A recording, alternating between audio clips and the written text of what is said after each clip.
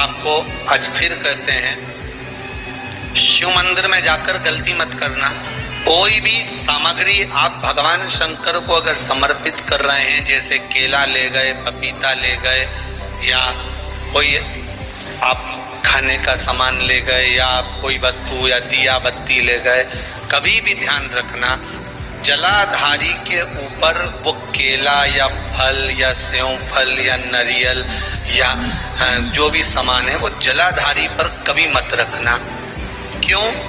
जलाधारी पर अगर हम कोई फल वगैरह वस्तु रखते हैं तो हमारे ऊपर भार बनता है। भार मतलब जैसे कोई कार्य करने के लिए जा रहे हो और वो कार्य अटक जाए, वो होगा नहीं, मतलब समझ लेना कि तुमने जरूर जलाधारी पर कहीं केला रख दिया होगा, कोई फल रख दिया होगा, कोई सामान रख दिया होगा।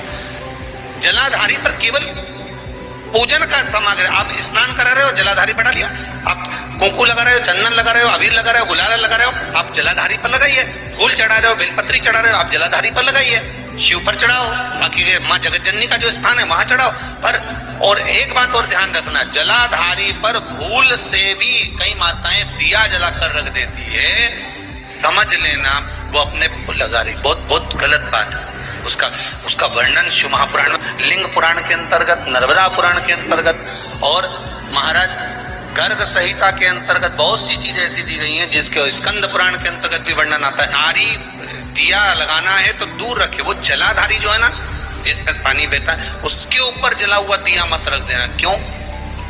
कहते हैं उसके घर के बेटे बेटी बहू पोता पोती कभी भी उसे सुख प्रदान नहीं कर सकते। उसके घर में हमेशा क्लेश रहेगा, चिड़चिड़ प्रवृत्ति रहेगी, युद्ध लड़ाई झगड़ा ये सब पारिवारिक चलता रहेगा, या देवर जेठ जेठानी का भी झगड़ा चलता रहेगा, पर वो सुख का भान नहीं कर सकती। अगर दिया जलाधारी पर रख दिया तो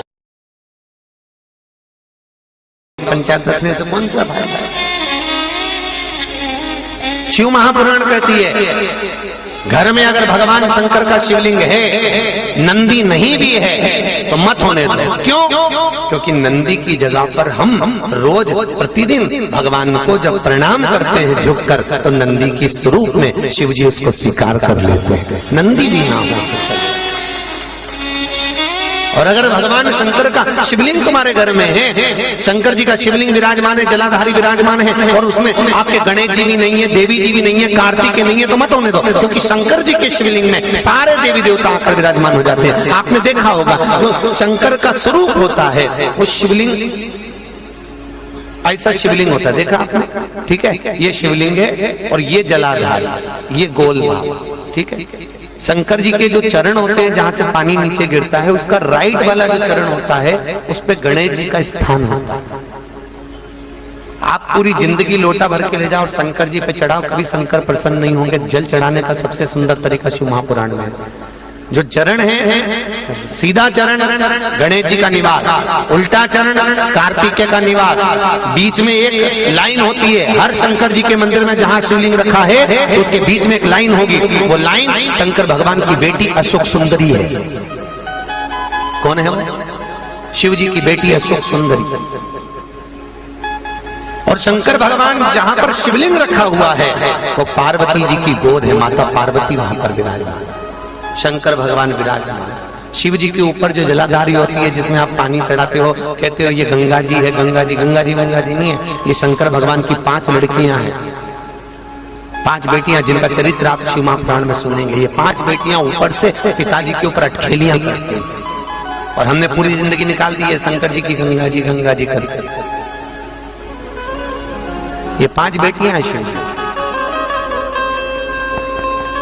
पूरी जलाधारी में।